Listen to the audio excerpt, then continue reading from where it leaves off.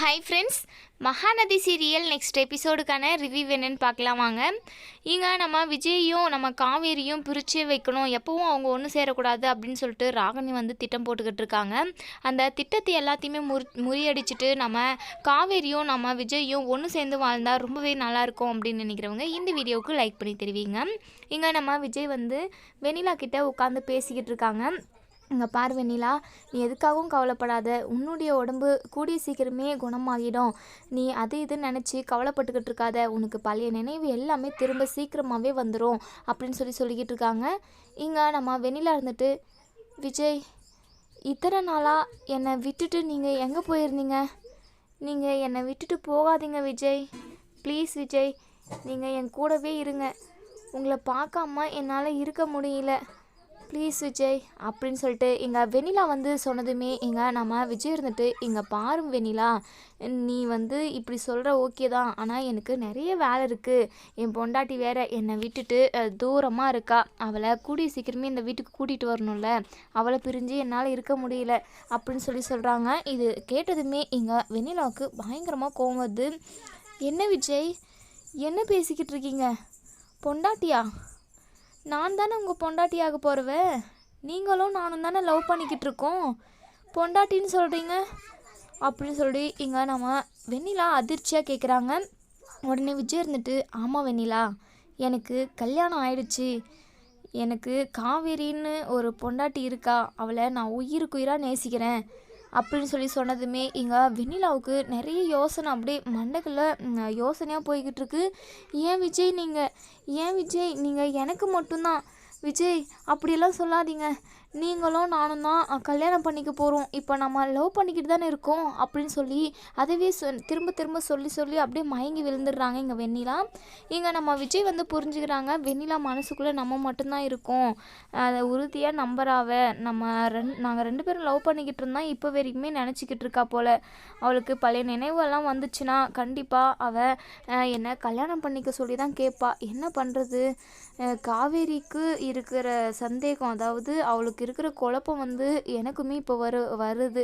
ஒருவேளை வெண்ணிலா முழுசாக க்யூர் ஆயிட்டானா, நீ என்ன தான் கல்யாணம் பண்ணி ஆகணும் அப்படின்னு கேட்டால் நம்ம என்ன பண்ணுறது அப்படின்னு ஒரு குழப்பத்தோடு இருக்காங்க. உடனே நர்ஸை கூப்பிட்டு என்ன ஏதுன்னு பாருங்கள், வெண்ணிலாவை நல்லா ரெஸ்ட் எடுக்க வைங்க, மயங்கி விழுந்துட்டாங்க அப்படின்னு சொல்கிறாங்க. நர்ஸ் ஆமாங்க சார், அடிக்கடிக்கு அவங்க மயங்கி விழுந்துடுறாங்க, எப்போவும் உங்களை பற்றி மட்டும்தான் பேசிக்கிட்டு இருக்காங்க, விஜய் சார்னே சொல்லிக்கிட்டு இருக்காங்க சார், என்னன்னே தெரியல, அவங்க நிறைய பேச ஆரம்பித்தாங்க, ஏதாச்சும் நிறைய யோசிக்க ஆரம்பித்தாங்கன்னா அப்படியே மயங்கி விழுந்துடுறாங்க சார், ஓரளவுக்கு பரவாயில்ல, அவங்க க்யூர் ஆகிக்கிட்டு தான் வராங்க, இன்னும் கொஞ்ச நாளில் அவங்களுக்கு முழு ஞாபகமும் திரும்ப வந்துடும் சார் அப்படின்னு இங்கே நர்ஸ் சொல்கிறாங்க. இங்கே நம்ம விஜய் சரிங்க சிஸ்டர், நீங்கள் பத்திரமா பார்த்துக்கோங்க, எனக்கு வெளியே வேலை இருக்குது அப்படின்னு சொல்லிட்டு இங்கே நம்ம விஜய் காவேரியை பார்க்குறதுக்காக போகிறாங்க. அப்போ நம்ம தாத்தா என்னடா விஜய், அந்த வெண்ணிலா என்ன சொன்னா அப்படின்னு கேட்குறாங்க. அது தாத்தா, வெண்ணிலா என்ன தான் மனசு ஃபுல்லாக நினச்சிக்கிட்டு இருக்கா, எப்போவும் விஜய்ன்னு சொல்லிக்கிட்டே இருக்கா, என்னை விட்டுட்டு போகாதன்னு வேறு சொல்கிறா, நான் அவகிட்ட எனக்கு கல்யாணம் நடந்துருச்சு, காவேரின்னு ஒரு ஒய்ஃப் இருக்கா அப்படின்னு சொன்னதுமே அப்புறமா ஏன் விஜய்ன்னு சொல்லி மயங்கி விழுந்துட்ட தாத்தா, எனக்கு என்ன பண்ணுறதுனே தெரியல வெண்ணிலா விஷயத்தில், ஆனால் என் மனசு ஃபுல்லாகவே காவேரி மட்டும்தான் தாத்தா இருக்கா, ஆனால் வெண்ணிலாவுக்கு என்ன நான் பதில் சொல்கிறது, அவளுக்கு எப்படி நான் நல்ல வாழ்க்கையை அமைச்சு கொடுக்குறது, அவள் மனசை நான் எப்படி மாற்றுறதுன்னு எனக்கு ஒன்றுமே புரியல தாத்தா, சரி தாத்தா, வெண்ணிலா க்யூர் ஆகட்டும், அதுக்கப்புறம் இந்த பிரச்சனையெல்லாம் பார்த்துப்போம், இப்போது நான் அங்கே காவேரி இருக்கிற இடத்துக்கு போகிறேன் தாத்தா அப்படின்னு சொல்கிறாங்க. சரிப்பா, பத்திரமா போயிட்டு வா அப்படின்னு இங்கே தாத்தாவும் சொல்கிறாங்க. அதுக்கப்புறம் நம்ம தாத்தா மனசுக்குள்ளேயே நினைக்கிறாங்க, இந்த பிரச்சனையெல்லாம் எங்கே போய் முடிய போகுதுன்னு தெரியலையே, இந்த வெண்ணிலா பொண்ணு வந்ததுனால தான் இப்போ விஜயோட வாழ்க்கையே இப்போ கேள்விக்குறியாக இருக்குது, காவேரியோட குடும்பத்தை சமாதானப்படுத்தி எப்படியாவது தன்னோட பொண்டாட்டியை கூட்டிகிட்டு வந்துடணும் அப்படின்றதுக்காக இவன் எவ்வளவோ கஷ்டப்பட்டுக்கிட்டு இருக்கான். அது நல்ல நேரம் நெருங்கி வரப்போ இந்த வெண்ணிலா ஏதாவது ஒரு முடக்கமான வேலையை செஞ்சானா விஜயோட வாழ்க்கையே கேள்விக்குறி ஆயிடுமே, சாரதா வேற என்ன சாக்கு கிடைக்குமோன்னு இருக்காங்க அப்படின்னு சொல்லிட்டு இங்கே நம்ம தாத்தா பயந்துக்கிட்டு இருக்காங்க. இன்னொரு சைடு நம்ம விஜய் அப்போ தான் போகிறாங்க. அப்போது நம்ம காவேரி வீட்டு ஹவுஸ் ஓனர் ஒய்ஃப் கிட்ட பேசிக்கிட்டு பேசிக்கிட்டு இருக்காங்க. அவங்க ஹவுஸ் ஓனர் இருந்துட்டு இங்கே நம்ம காவேரி கிட்ட சொல்கிறாங்க, அதான் அந்த விஜய் தம்பியோட ஒய்ஃப் வந்து அவங்கள மதிக்காமல் விட்டுட்டு போயிட்டாங்களாமே. அதனால தான் எங்கள் சொந்தக்கார சைடில் ஒரு பொண்ணு பார்த்துருக்கோம். விஜய் தம்பிக்கு ரொம்ப பொருத்தமான பொண்ணு. விஜய் தம்பிக்கு ஏற்கனவே ஒரு கல்யாணம் நடந்திருக்கு. அதை வந்து டிவோர்ஸ் பண்ணிவிட்டு இப்போது ஒரு புது பொண்ணை பார்த்து விஜய் தம்பிக்கு கல்யாணம் பண்ணி வைக்கணும். அந்த தம்பி ரொம்ப நல்ல தம்பி.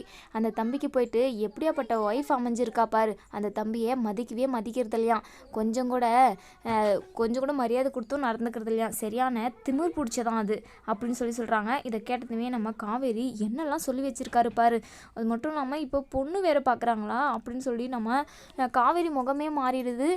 இன்னொரு பொண்ணை பார்த்து கல்யாணம் பண்ணி வைக்கணும் விஜய்க்கு அப்படின்னு சொன்னதுமே நம்ம காவேரிக்கு மனசே தாங்கலை. இங்கே பாருங்கள், அப்படியெல்லாம் கண்டிப்பாக அவர் கல்யாணம் பண்ணிக்க மாட்டார். ஏன்னா அவங்க பொண்டாட்டி மேலே அவ்வளோ பாசம் வச்சுக்கிட்டு இருக்காரு. டிவோர்ஸ் பண்ணுவாரே என்ன, பண்ணவே மாட்டார். கண்டிப்பாக இன்னொரு கல்யாணத்துக்கும் அவர் ஒத்துக்க மாட்டார். இப்படி தேவையில்லாத வேலையெல்லாம் நீங்கள் பார்த்துக்கிட்டு இருக்காதீங்க. அவங்க பொண்டாட்டி கூடயே அவர் சேர்ந்து வாழட்டும் அப்படின்னு சொல்லிட்டு காவேரி வந்து அந்த மாமி கிட்ட சொல்கிறாங்க. அந்த மாமியும் இல்லைம்மா அந்த பொண்ணு சரியில்லையா, எதுக்காக அப்படின்னு சொல்லி 2 பேரும் பேசிக்கிட்டு இருக்கிற நேரத்தில் இங்கே விஜய் உள்ளே வந்துடுறாங்க. இவங்க 2 பேரும் பேசிக்கிட்டு இருக்கிறத எல்லாத்தையுமே கேட்டுட்டு நம்ம விஜய் வந்து நின்னதுமே எங்கள் மாமி இருந்துட்டு, ஏப்பா தம்பி, உனக்கு ஒரு பொண்ணு பார்த்துருக்கேன், நோக்கு ஓகே தானே அப்படின்னு சொல்லி கேட்குறாங்க. எங்க நம்ம விஜய் இருந்துட்டு காவேரி முகத்தை பார்த்துட்டு, ஓகே மாமி, எனக்கு இன்னொரு கல்யாணம் பண்ணணும்னு தான் ஆசை. என்ன பண்ணுறது, என் பொண்டாட்டி மதிக்காமல் என்னை விட்டுட்டு போயிட்டா. சரிங்க மாமி, நீங்கள் வேணா எனக்கு ஒரு பொண்ணு பாருங்கள், கண்டிப்பாக நான் கல்யாணம் பண்ணிக்கிறேன் அப்படின்னு சொல்கிறாங்க. இதை கேட்டதுமே காவேரிக்கு பயங்கரமாக கோவம் வருது. உடனே விஜயை பார்த்து முறைக்கிறாங்க. ஏங்க, இப்படியெல்லாம் தப்பாக பேசாதீங்க. கல்யாணம்னு பண்ணால் அது ஒரு டைம் மட்டும் தான் பண்ணணும். திரும்ப டிவோர்ஸ் பண்ணிவிட்டு அப்படி இப்படின்னு பண்ணிவிட்டு திரும்ப கல்யாணம் பண்ணால் நல்லா வாங்க இருக்கும் அப்படின்னு சொல்லி இங்கே விஜய்கிட்ட இது யாருன்னே தெரியாதுன்ற மாதிரி பேசுகிறாங்க. இங்கே நம்ம காவேரி இங்கே விஜய் இருந்துட்டு, வேறு என்னமா பண்ண முடியும், அதான் அந்த பொண்ணு என்னை மதிக்காமல் விட்டுட்டு போயிடுச்சே, அப்புறம் எப்படி அந்த பொண்ணவே நினச்சிக்கிட்டா இருக்க முடியும், அவ்வளோ நல்ல பையன்லாம் நான் இல்லைம்மா அப்படின்ற மாதிரி இங்கே நம்ம விஜய் வந்து சொன்னதுமே இங்கே காவேரி இருந்துட்டு, என்ன சொல்லி இது பண்ணலாம், இவர் விட்டால் கல்யாணம் பண்ணிப்பார் போலவே அப்படின்ற மாதிரி மனசுக்குள்ளே நினைக்கிறாங்க. இங்கே பாருங்கள், நீங்கள் பண்ணுறதெல்லாம் கொஞ்சம் கூட தப்பாக தெரியலையா உங்களுக்கு? அந்த பொண்ணுக்கு ஏதோ ஒரு கோபமாக இருக்கலாம், அவங்க வீட்டில் ஏதோ ஒரு பிரச்சனையாக இருக்கலாம், அவங்களுக்கு எத்தனையோ ஒரு சுச்சுவேஷன்னால உங்களை விட்டுட்டு போயிருக்கலாம். அந்த பொண்ணை சமாதானப்படுத்தி உங்கள் வீட்டுக்கே கூட்டிகிட்டு வந்து உங்கள் கூடவே வாழ வைங்க. அதுதான் நல்ல குணத்துக்கு அறிகுறி, அதுதான் நல்லவன் ஒருத்தன் செய்வான் அப்படி இப்படின்னு சொல்லிட்டு இங்கே நம்ம காவேரி வந்து விஜய்க்கு அட்வைஸ் பண்ணிக்கிட்டு இருக்காங்க. இங்கே விஜய் இருந்துட்டு, என்னம்மா இவ்வளோ அட்வைஸ் பண்ணுற அப்படின்னு சொல்லி கேட்குறாங்க. ஆமாம், ஒரு பொண்ணோட வாழ்க்கையை காப்பாற்றணும்னா அப்படி தானே பேசி ஆகணும், நானும் ஒரு பொண்ணு தானே அப்படின்னு சொல்லி இங்கே நம்ம காவேரி சொல்கிறாங்க. எங்கள் மாமி இருந்துட்டு, ஏம்மா அதுதான் அந்த பொண்ணு தான் ஏமாற்றிட்டு போயிடுச்சே, திரும்ப அந்த பொண்ணை சமாதானப்படுத்தினா அந்த பொண்ணு வழிக்கு வருமா, வராது இல்லை, அதனால தான் என்னத்துக்கு ரிஸ்க்கு, டிவோர்ஸ் கொடுத்துட்டு இந்த தம்பி ஒரு நல்ல பொண்ணை பார்த்து கல்யாணம் பண்ணிக்கிட்டோமே, இந்த பையனோட வாழ்க்கையாச்சும் நல்லா இருக்கட்டும். சின்ன வயசுலேயே இந்த பையன் இப்படி கல்யாணம் ஆகி பொண்டாட்டியோடு இல்லாமல் தனியாக கஷ்டப்படுறத பார்த்தா எனக்கு ரொம்ப கஷ்டமாக இருக்குது. அதனால தான் மாமாவுக்கு சொல்லி பொண்ணு பார்க்க சொல்லியிருக்கேன் அப்படின்னு சொல்கிறாங்க. ஏப்பா தம்பி, நீ கல்யாணம் பண்ணிப்பல்ல, நேக்கு இஷ்டம் மாமி, கண்டிப்பாக நான் கல்யாணம் பண்ணிக்கிறேன் அப்படின்னு சொல்லி இங்கே நம்ம விஜய் வந்து சந்தோஷமாக சொல்ல இங்கே காவேரிக்கு கடுப்பாகுது. உடனே அங்கேருந்து கிளம்பிடுறாங்க. இங்கே நம்ம விஜய் இருந்துட்டு, ஐயோ கோச்சிக்கினாலா அப்படின்னு சொல்லி மனசுக்குள்ளே நினைக்கிறாங்க. அதுக்கப்புறம், மாமி நீங்கள் எனக்கு பொண்ணெல்லாம் பார்க்காதீங்க, வேண்டாம் மாமி, என் பொண்டாட்டி மட்டும்தான் நான் உலகமாக நினச்சிக்கிட்டு இருக்கேன், என் உயிரே அவள் தான், அவளை கண்டிப்பாக சமாதானப்படுத்தி என் கூட கூட்டிகிட்டு வந்துடுவேன், அதுக்கான ப்ராசஸ் தான் இப்போ போய்கிட்டு இருக்கு மாமி அப்படின்னு சொல்லி இங்கே நம்ம விஜய் சொல்கிறாங்க. சரிப்பா, எப்படியோ அந்த உன் பொண்டாட்டியை எப்படியாவது பேசி சமாதானம் செய்து சீக்கிரமாகவே ஒன்று சேர்ந்து வாழுப்பான், உன்னை தன்னந்தனியாக பார்க்கவே எனக்கு அவ்வளோ ஒரு கஷ்டமாக இருக்குப்பா, நீ ரொம்ப நல்ல பையனாக வேற இருக்க அப்படின்னு சொல்கிறாங்க. சரிங்க மாமி, என் மனசு உங்களுக்கு புரியுது, அந்த பொண்ணுக்கும் அந்த பொண்ணோட குடும்பத்துக்கும் புரியாமல் போயிடுச்சே அப்படின்னு சொல்லிட்டு அங்கேருந்து நம்ம விஜய் வந்து போகிறாங்க. நம்ம காவேரி முகத்தை திருப்பி வச்சுக்கிட்டு ஒரு மாதிரி டல்லாக உட்காந்துருக்காங்க. உடனே நம்ம கங்கா இருந்துட்டு, என்னடி காவேரி உன் முகமே சரியில்லை, என்னாச்சு அப்படின்னு சொல்லி கேட்க, ஏங்க நம்ம காவேரியோ அது ஒன்றும் இல்லைக்கா, சும்மா தலைவலியாக இருக்குது அதனால தான் அப்படின்னு சொல்கிறாங்க. சரிடி, நீ எப்போ விஜய் கூட ஒன்று சேர்ந்து வாழ போகிற? நீங்கள் 2 பேரும் ஒன்று சேரணும், நீங்கள் 2 பேரும் ஒன்று சேர்ந்து வாழணும் அப்படிங்கிறத பார்க்கறதுக்கு தான் எனக்கு ஆசையாக இருக்குது. 2 பேரும் நீங்கள் தனித்தனியாக தான் இருக்கீங்க, ஆனால் மனசளவில் ஒன்றா தாண்டி இருக்கீங்க. எப்படியோ எல்லா பிரச்சனையும் தீர்ந்து நீயும் விஜயும் ஒன்று சேர்ந்துட்டா ரொம்ப நல்லாயிருக்கும். அவர் உனக்காக எவ்வளவோ பண்ணுறாரு. அவங்க வீட்டில் ஆளுங்களெல்லாம் விட்டுட்டு தனியாக இங்கே வந்து சாப்பாடு செய்யக்கூட முடியாமல் கடையில் வாங்கி சாப்பிட்டுக்கிட்டு ரொம்பவே கஷ்டப்பட்டுக்கிட்டு இருக்காரு. எந்த ஒரு ஆம்பளையும் இந்த அளவுக்கு இறங்கி வர மாட்டாங்கடி. நீ ரொம்ப கொடுத்து வச்சவ. விஜய் ரொம்ப நல்லவராக இருக்கிறாரு. என்ன ஒன்று, அந்த வெண்ணிலா தான் நடுவில் வந்து எல்லாத்துக்குமே ஒரு முட்டுக்கட்டியாக நிற்கிறா அப்படின்னு சொல்கிறாங்க. நம்ம விஜய் இருந்துட்டு காவேரிக்கு கால் பண்ணுறாங்க. ஆனால் காவேரி வந்து கால் அட்டன் பண்ணவே பண்ணுறதில்ல. நிறைய டைம் கால் பண்ணுறாங்க. அதனால் நம்ம காவேரி இருந்துட்டு இருக்கா, ஃபோன் வந்துக்கிட்டே இருக்குது, இங்கே சிக்னல் வேறு கிடைக்கிறதில்ல, நான் போய் தனியாக பேசிட்டு வரேன் அப்படின்னு சொல்லிட்டு இங்கே நம்ம காவேரி கிளம்பிடுறாங்க. அதுக்கப்புறம் கால் அட்டன் பண்ணி சொல்லுங்கள் உங்களுக்கு என்னங்க பிரச்சனை அப்படின்னு சொல்லி ரொம்பவே கோவமாக கேட்குறாங்க. நம்ம விஜய் இருந்துட்டு என்ன மேடம் ரொம்ப கோவமாக இருக்கீங்க போல் அப்படின்னு சொல்லி கேட்க, இல்லை நான் நல்லா தான் இருக்கேன், எனக்கு என்ன கோவம், நான் எதுக்காக கோவப்படணும் அப்படின்னு சொல்லி கேட்குறாங்க. இல்லை ஏதோ நிறைய பொசசிவ் வந்த மாதிரி இருக்குது அப்படின்னு சொல்லி இங்கே நம்ம விஜய் வந்து இழுத்துக்கிட்டே கேட்க, இங்கே நம்ம காவேரியும் அதெல்லாம் ஒன்றும் கிடையாது அப்படின்னு சொல்கிறாங்க. இங்கே நம்ம காவேரி இருந்துட்டு, ஏங்க இன்னொரு கல்யாணம் பண்ணிக்க சொன்னால் நீங்கள் பண்ணிக்குவீங்களா என்ன அப்படின்னு சொல்லி கேட்க, ஆமாம் ஒரு பொண்ணு என்னை தேடி வந்தால் நான் கல்யாணம் பண்ணிக்கிட்டு போயிட்டே இருப்பேனே அப்படின்னு சொல்லி சும்மா காமெடிக்காக பேசுகிறாங்க. இங்கே நம்ம காவேரிக்கு பயங்கரமாக கோவம் வருது. ஏங்க வந்தேன்னு வச்சுக்கோ, உங்களை நான் அப்படி கொன்னே போட்டோங்க. என்னை தவிர இந்த ஜென்மத்தில் நீங்கள் யாரையும் எடுத்து கூட பார்க்கக்கூடாது. என் புருஷன் எனக்கு மட்டும்தான், வேற ஒருத்திக்காக நான் என்றைக்கும் பங்கு போட விடவே மாட்டேன் அப்படின்னு சொல்கிறாங்க. இங்கே நம்ம விஜய் இருந்துட்டு, அப்படியா பொண்டாட்டி, சரி நானும் ரொம்ப கொடுத்து வச்சேன் தான். சரி என் பொண்டாட்டிக்கிட்ட இருந்து ஒரு முத்தம் கிடைக்குமா அப்படின்னு சொல்லி கேட்குறாங்க. என்னங்க என்ன பேசிக்கிட்டு இருக்கீங்க அப்படின்னு சொல்லி இங்கே நம்ம காவேரி கேட்க, என் பொண்டாட்டிக்கிட்ட தானே கேட்குறேன் அப்படின்னு சொல்லி கேட்குறாங்க. ஃபோன்லேயே நம்ம காவேரியுமே ஒரு கிஸ் கொடுக்குறாங்க. இங்கே நம்ம விஜய் இருந்துட்டு, ரொம்ப தேங்க்ஸ் காவேரி, ரொம்ப நல்லா இருந்தது அப்படின்னு சொல்கிறாங்க. அதுக்கப்புறம் நம்ம விஜய் இருந்துட்டு, காவேரி உன் அம்மா கிட்ட நான் பேச வரலான்னு இருக்கேன்.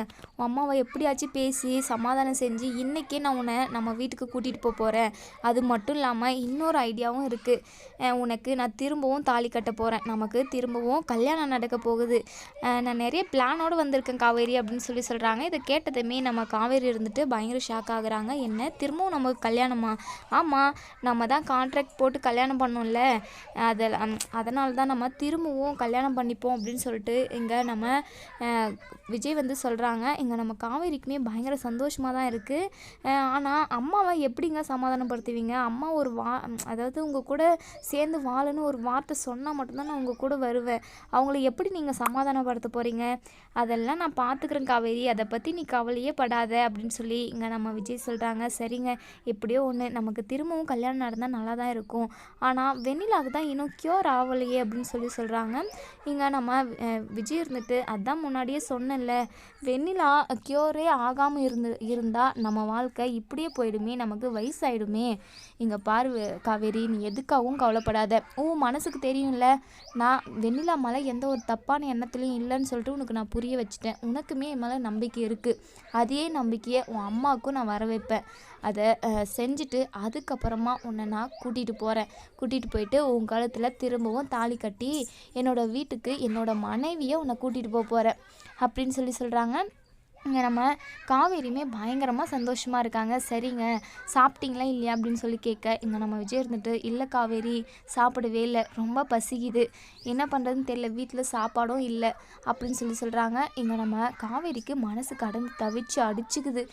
ஏங்க ஒரே ஒரு 5 நிமிஷம் வெயிட் பண்ணுங்க அப்படின்னு சொல்லிட்டு உடனே வீட்டில் உள்ள சாப்பாடை எல்லாமே போட்டுட்டு போயிட்டு நம்ம விஜய்க்கு கொடுக்குறாங்க. விஜய், என்ன மின்னல் மாதிரி பறந்து வந்துட்ட, இப்போ தான் பசிக்குதுன்னு சொன்னேன், உடனே உங்கள் வீட்டில் இருந்து சாப்பாடெல்லாம் எடுத்துகிட்டு வந்துட்டியா? அப்போ உங்கள் வீட்டில் உள்ளவங்கெல்லாம் என்னத்தை சாப்பிடுவாங்க அப்படின்னு சொல்லி கேட்குறாங்க.